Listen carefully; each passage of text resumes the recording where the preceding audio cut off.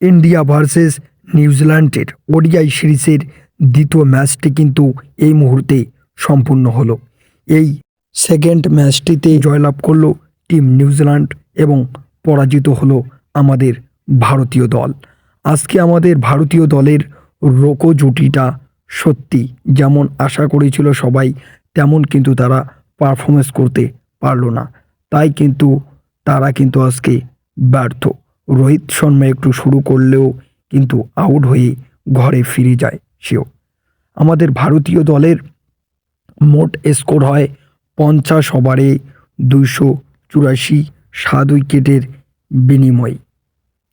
Shubman গিলের half century এবং KL রাহুলের দুর্দান্ত একটা সেঞ্চুরির উপর ভর করেই আমাদের ভারতীয় দল কিন্তু স্কোর করে 284।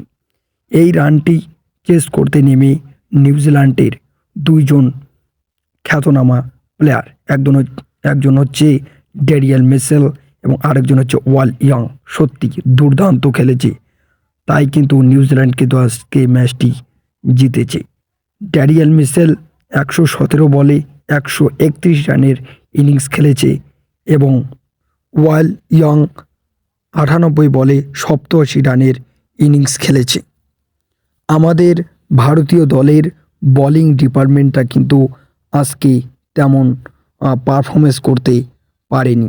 তাই কিন্তু আজকে কিন্তু আমরা পরাজিত হলাম।